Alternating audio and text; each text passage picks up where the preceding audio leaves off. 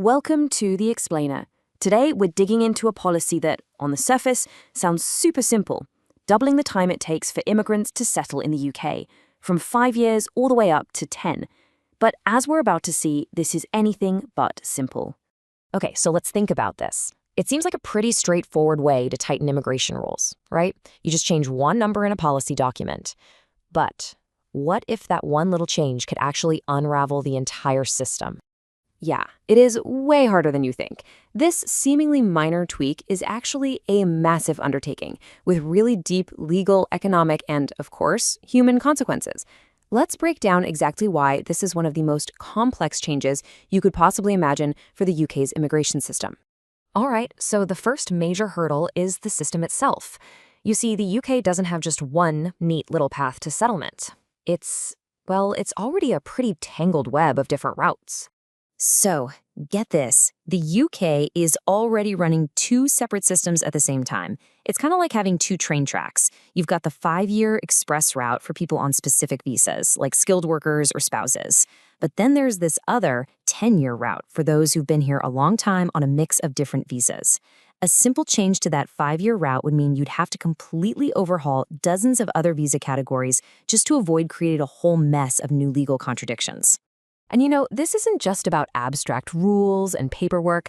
This is about real people who have made huge life decisions based on the system as it is right now. And that brings us to a massive legal obstacle. This brings us to a key legal principle called legitimate expectation. It sounds like a bit of jargon, but it's a really powerful idea. Thousands of people have built their lives in the UK. We're talking buying homes, having children, starting businesses, all based on a pretty clear promise from the government about their future. And this isn't just some implied promise. Look at this.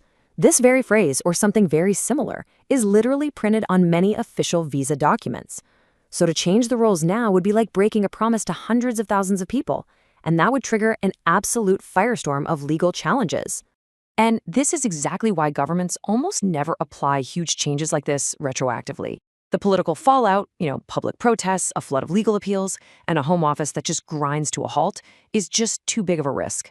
Instead, they tend to use really long transition periods or say the new rules only apply to future immigrants, which, of course, dramatically slows down the policy's impact. So, okay, beyond the legal battles, there's the economic reality. The UK is in a global competition for skilled workers, and having a stable, predictable path to settlement is a huge, huge draw. I mean, these sectors are the absolute backbone of the UK's economy and public services. If you double the path to settlement, you're making the UK a much less attractive place to be, and you risk a serious brain drain of essential workers to countries with more welcoming policies.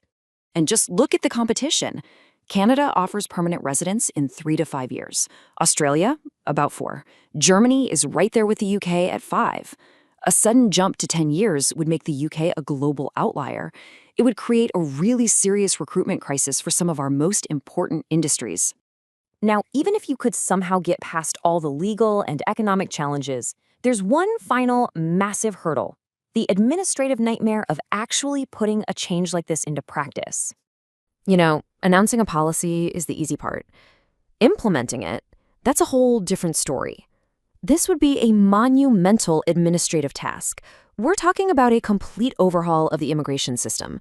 For the Home Office, an agency that's already struggling with backlogs, a change of this magnitude would take years to implement, if it's even possible at all. And the ripple effects would be huge. Stretching the settlement path to 10 years would also delay citizenship for over a decade. And that would force a complete rethink of laws around things like voting rights, social benefits, and long-term integration, which just creates even more legal and political challenges. So when you put it all together, this 10-year settlement idea isn't a simple policy choice. It's an incredibly complex balancing act, with some really significant trade-offs on all sides. You're forced to balance legal fairness against new policy goals, the country's economic needs against administrative reality, and the UK's global competitiveness. A change in any one of these areas creates tension in all the others.